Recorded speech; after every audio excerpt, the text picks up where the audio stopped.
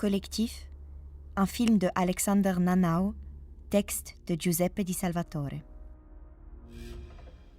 Un rocker crie un texte contre la corruption. Un incendie se développe dans le club Collectif, provoquant 26 morts. Le club ne respectait pas les normes de sécurité. Les contrôles n'ont pas été réalisés comme il le fallait, un cas de corruption. Et le cercle se ferme. La corruption n'est pas qu'une affaire d'argent. La corruption tue.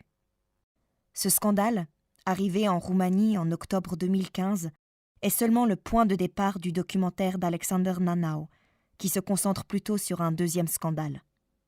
La mort de 38 brûlés dans les hôpitaux de Bucarest, incapables de protéger les malades des bactéries, malgré les assurances du gouvernement qui s'était opposé à les transférer à l'étranger.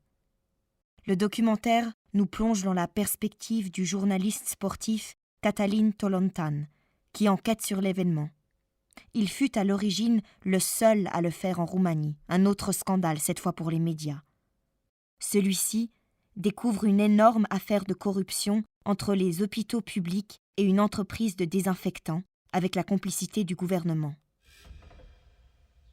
Des images amateurs du concert, à celles de la télévision roumaine, en passant par celles des photographes du journal, Nanau nous accompagne dans une spirale de corruption qui ne cesse de grandir, en impliquant toujours plus de personnes. Il s'agit également d'un crescendo de méfiance envers les mots de ceux qui se prétendent compétents et accrédités. L'ombre de la corruption dévoilée finit par dévorer toute autorité publique. Les liens sociaux, nécessairement fondés sur la confiance, se défont, poussant ainsi les foules à se déverser dans la rue.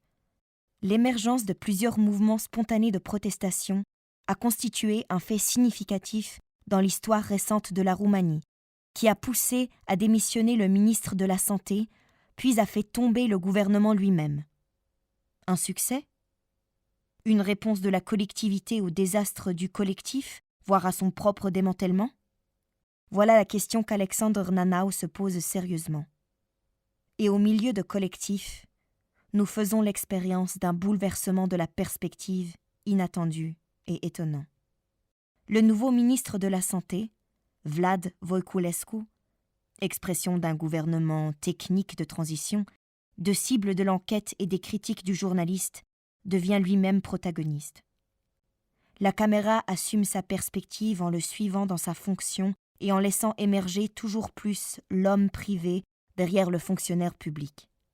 Le point de vue des indignés se veut incarné par le gouvernement, et Nanau assume avec cohérence ce défi, qui est le défi d'une reconstitution de la crédibilité de l'État, de la société, de la collectivité. Or, l'expérience de Voiculescu décrit un parcours où l'émergence de l'homme privé exprime son impuissance à changer un système de corruption étendu à l'intérieur et à l'extérieur du ministère. Ce parcours nous mène jusqu'aux élections qui consacrent la victoire écrasante du Parti social-démocrate, évidemment impliqué dans plusieurs graves affaires de corruption.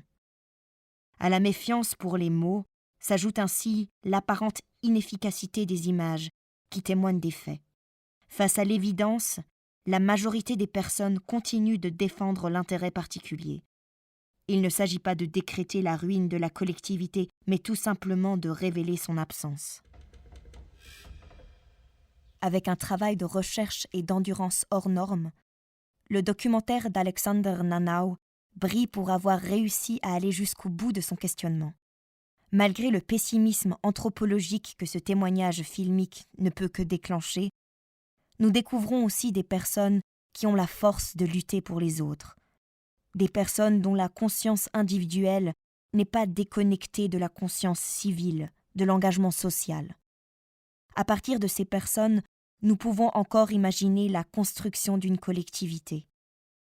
Collectif est un film qui se développe à partir du journalisme d'enquête, jusqu'à frôler le genre du thriller, pour montrer finalement comment les cartes de la réalité et de sa représentation sont bien brouillées.